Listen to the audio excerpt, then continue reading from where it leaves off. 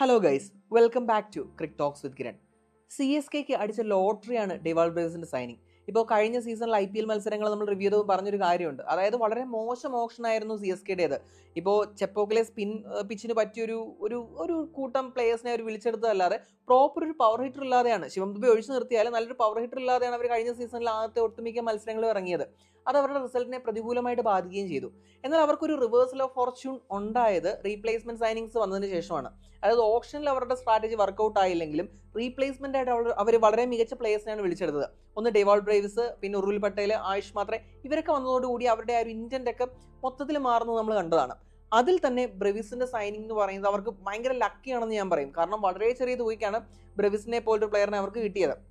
ഇപ്പൊ ആ ഒരു ഓപ്ഷനിൽ തന്നെ ബ്രേവിസ് അൺസോൾഡ് ആയി കഴിഞ്ഞപ്പോൾ സത്യം പറഞ്ഞാൽ അതെനിക്കൊരു സർപ്രൈസ് ആയിരുന്നു. കാരണം കഴിഞ്ഞ സീസണിലൊന്നും അത്രയും കാര്യമായിട്ട് പെർഫോം ചെയ്യാൻ കഴിഞ്ഞില്ലെങ്കിലും ബ്രേവിസ് ആ ഒരു കമ്മിങ് ഓഫ് ഏജ്, ആ ഒരു പ്രോപ്പർ T20 പവർ ഹിറ്റർ റോളിലോട്ട് എത്തുന്ന സമയത്താണ് അവിടെ അൺസോൾഡ് ആയി പോയത്. പിന്നീട് നമ്മുടെ ആ ഒരു ടൂർണമെന്റ് ഉണ്ടല്ലോ, നമ്മുടെ SI T20 വളരെ മികച്ച പ്രകടനമാണ് അവിടെ MI ടീമിന് വേണ്ടിയിട്ട് ബ്രേവിസ് പുറത്തെടുത്തത്. അതിനുശേഷം IPL വന്നിട്ട് മികച്ച രീതിയിൽ തന്നെ പെർഫോം ചെയ്തു.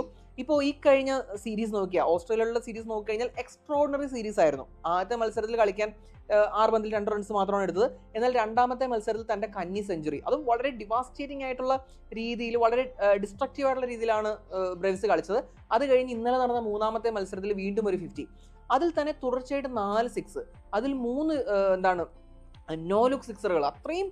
അത്രയും എതിരെ ഡോമിനന്റ് ആയിട്ടുള്ള പ്ലേ. ഇപ്പോൾ നമ്മൾ T20 ക്രിക്കറ്റ് ചരിത്രം നോക്കിക്കഴിഞ്ഞാൽ ചരിത്രത്തിൽ ആദ്യമായിട്ടാണെന്ന് തോന്നുന്നു ഒരു ബാറ്റർ തുടർച്ചയായിട്ടുള്ള 3 പന്തുകൾ 1 ടൺ 110 മീറ്ററിന് മുകളിലുള്ള സിക്സറുകൾ അടിക്കുന്നത്. കാരണം അത്രയും മികച്ച, ഇപ്പോൾ കണ്ടു കഴിഞ്ഞാൽ അറിയാം. ഇപ്പോൾ നമ്മൾ ബേബി എന്നാണ് നമ്മുടെ ബ്രേവിസിനെ വിളിക്കുന്നത്. അപ്പോൾ അത്രയും ആ ഒരു ഷോർട്ട് സെലക്ഷനിലും ഒക്കെ നമുക്ക് AB de Villiersന്റെ ഒരു ഷെയ്ഡ് ബ്രേവിസിൽ കാണാൻ സാധിക്കും. ഇപ്പോൾ ബ്രേവിസ് തന്റെ ആ ഒരു പൊട്ടൻഷ്യലിന്റെ ടോപ്പിലേക്ക് എത്തുന്ന സമയമാണ്. അപ്പോൾ കറക്റ്റ് സമയം തന്നെ CSKക്ക് വളരെ ചെറിയ തുകയിൽ തന്നെ നമ്മുടെ പിക്ക് ചെയ്യാനുമായി. അപ്പം എന്തായാലും ആ ഒരു IPL സസ്പെൻഷൻ വരുന്നതിന് മുമ്പായതുകൊണ്ട് ഇനി വരുന്ന 2 സീസണുകളിൽ ബ്രേവിസിനെ നിലനിർത്താനും അവർക്ക് സാധിക്കും. അപ്പോൾ എൻ്റെ ഒരു അഭിപ്രായത്തിൽ ഇനി ഒരു മുന്നോട്ടുള്ള ഒരു ഫ്യൂച്ചറിൽ തന്നെ CSKയുടെ ഒരു സ്റ്റാർ പ്രോസ്പെക്ട് തന്നെയാണ് ബ്രേവിസ് എന്ന് പറയുന്നത്. അപ്പോൾ ബ്രേവിസിനെ കുറിച്ചുള്ള നിങ്ങളുടെ അഭിപ്രായങ്ങൾ തീർച്ചയായിട്ടും കമന്റ് ചെയ്യുക. അപ്പോൾ അടുത്തൊരു വീഡിയോയുമായിട്ട് ഉടൻ തന്നെ കാണാം. Thanks for watching Cric Talks with Kiran.